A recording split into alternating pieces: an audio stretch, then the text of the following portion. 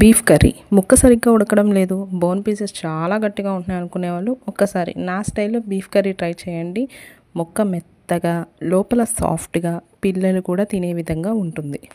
మాంసాన్ని క్లీన్గా వాష్ చేసిన తర్వాత తగినంత ఉప్పు పసుపు వేసి కుక్కర్లో 3 విజిల్స్ రానివ్వండి.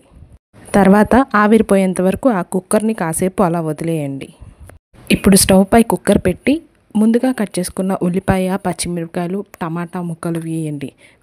వేసిన వెంటనే తగినంత నూనె పోసుకొని మూత పెట్టి మెత్తగా మగ్గించుకోండి. అవి కొంచెం మెత్తగా పేస్ట్ అయిన తర్వాత అల్లం వెల్లుల్లి పేస్ట్ వేయండి.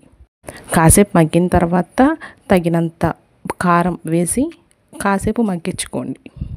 ఈ మసాలాలన్నీ ముక్కకు పట్టేంత వరకు కాసేపు మూత పెట్టి మగ్గించుకోండి. ఈ విధంగా మనకి ఆయిల్ అనేది ఫ్రీగా సపరేట్ అవుతుందన్నమాట. ఆయిల్ సపరేట్ అయ్యేటప్పుడు మాత్రమే నీళ్లు పోయాలి.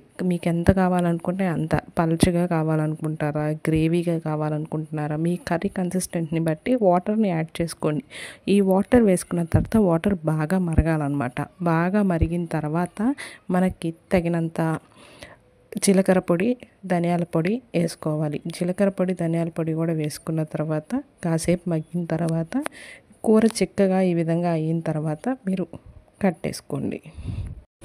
ఇక అంతే, ఎంతో సింపుల్గా టేస్టీగా ఉండే బీఫ్ కర్రీ రెడీ. పిల్లలు కూడా చాలా ఇష్టంగా తింటారు. ముక్క చాలా మెత్తగా ఉంటుంది. ఈ కర్రీ విలేజెస్లో చాలామంది తింటారు. కాకపోతే ఎవరు ఎక్కడ బయట చెప్పుకోరనమాట దీన్ని తింటున్నారని. ఎందుకనో నాకు తెలియదు, కానీ చాలామంది తింటున్నారు. ఇప్పుడు కనీసం దొరకటం కూడా లేదు. కాకపోతే మాకు ఇది తెలిసిన వాళ్ళు చేసి మాకు ఇలా చూపించారనమాట. దాన్ని నేను మీకోసం ట్రై చేసి చూపిస్తున్నాను. మీకు కూడా నచ్చిందా? ఒకసారి తప్పకుండా ట్రై చేసి కామెంట్ చేయండి. మరి నా కర్రీని నా ఛానల్ నచ్చితే లైక్ చేయండి, సబ్స్క్రైబ్ చేయండి.